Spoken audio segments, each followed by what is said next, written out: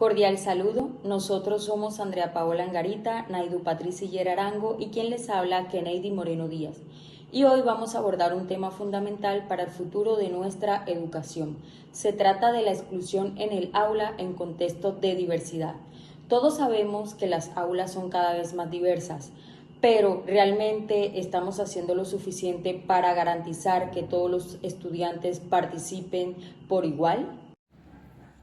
Hola, soy Naidu y me interesa mucho hablar sobre este tema porque a pesar de la diversidad en las aulas, seguimos viendo cómo muchos estudiantes quedan atrás, a veces por su etnia, su idioma o incluso sus formas de aprender.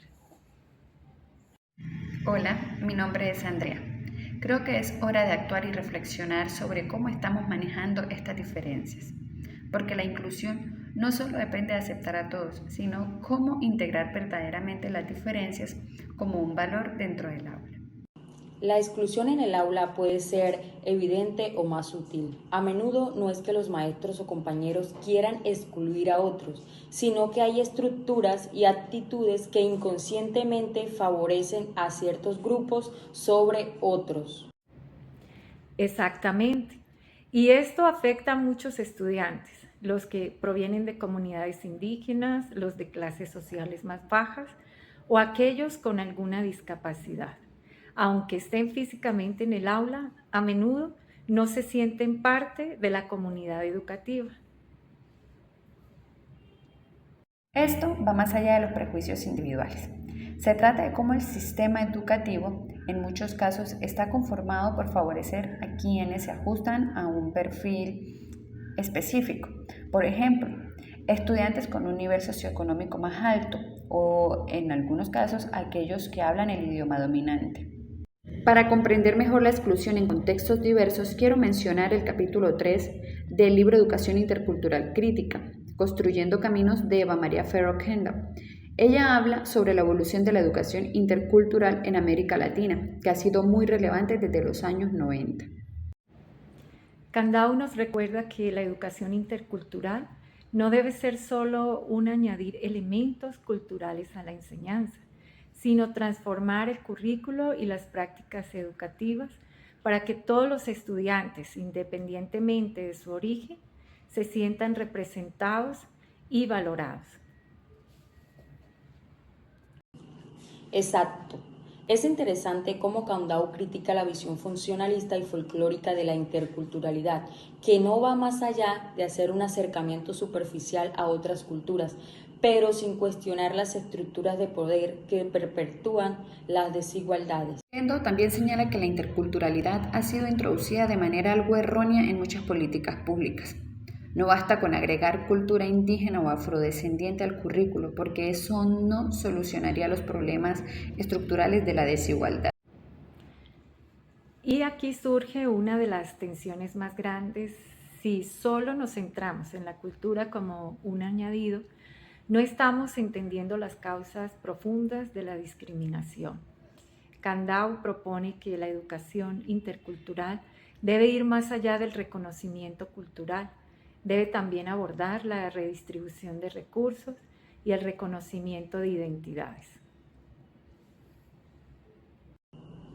Es decir, es necesario entender que la educación intercultural no es solo una cuestión de contenidos, sino también una cuestión de justicia social.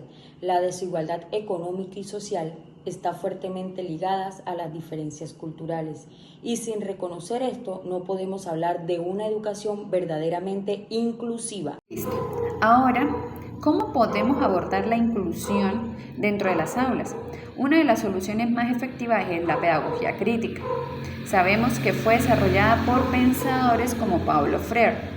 Esta pedagogía busca transformar las relaciones de poder dentro del aula y fomentar una educación liberadora. La pedagogía crítica promueve que los estudiantes cuestionen las estructuras sociales y se conviertan en agentes de cambio. Esto es fundamental en contextos de diversidad porque nos permite representar el aula como un espacio donde se puede cuestionar la discriminación y la injusticia. Sí, y para lograrlo, el docente tiene que ser un facilitador, no solo un transmisor de conocimiento. Esto significa crear un ambiente en el que los educandos no solo aprendan los contenidos, sino que también aprendan a pensar críticamente sobre su contexto y su realidad. Un aula basada en la pedagogía crítica debería ser un lugar donde se valore la diversidad como un recurso para el aprendizaje. Los estudiantes deben de sentirse cómodos compartiendo sus experiencias y sus conocimientos. De igual forma, el currículo debe incluir sus voces y sus realidades. Y es que para lograrlo, los docentes deben formarse en prácticas que promuevan la inclusión.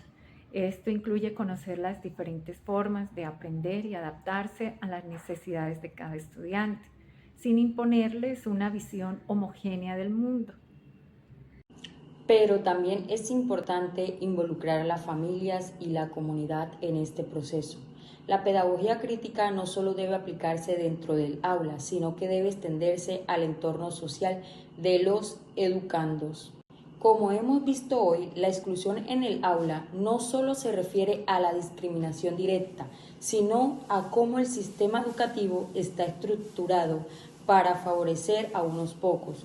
Para cambiar eso, como docente debemos promover una educación inclusiva y crítica que valore la diversidad. Sabemos que es un proceso largo pero necesario.